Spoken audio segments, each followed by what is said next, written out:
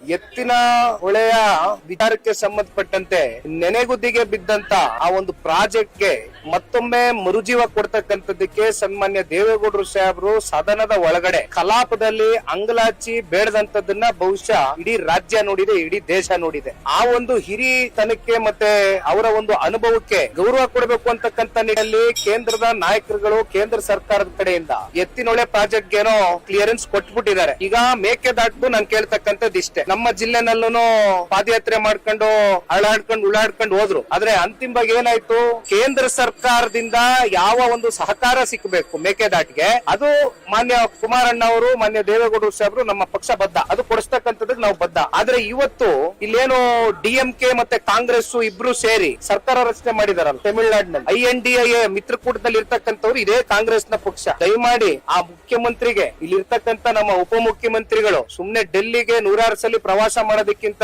ಒಂದು ಪಾಪ private flight ಹಾಕೊಂಡು ಅತ್ಲಾಗ ಚೆನ್ನೈಗೆ ಹೋಗಿ ಕೂತ್ಕೊಂಡು DMK ಮುಖ್ಯಮಂತ್ರಿಗಳು ಸ್ಟಾಲಿನ್ ಜೊತೆ ಕೂತ್ಕೊಂಡು ಚರ್ಚೆ ಮಾಡೋ ಒಂದು NOC ತಗೋಬರ್ಲಪ್ಪ. ಅವರೇ ಅಲ್ವಾ ಅಲಯನ್ಸ್ ಪಾರ್ಟ್ನರ್, NOC ತಗೊಂಬರ್ಲಿ. ಮಾಣೆ ದಿನವೇ ಕೇಂದ್ರ ಸರ್ಕಾರದಿಂದ ಕ್ಲಿಯರೆನ್ಸ್ ಕೊಡ್ತಕ್ಕಂಥದಕ್ಕೆ ಸನ್ಮಾನ್ಯ ಕುಮಾರಣ್ಣ ಅವರು, ದೇವೇಗೌಡರು ಸಾಹೇಬರು ಹೋರಾಟ ಮಾಡ್ತೇವೆ.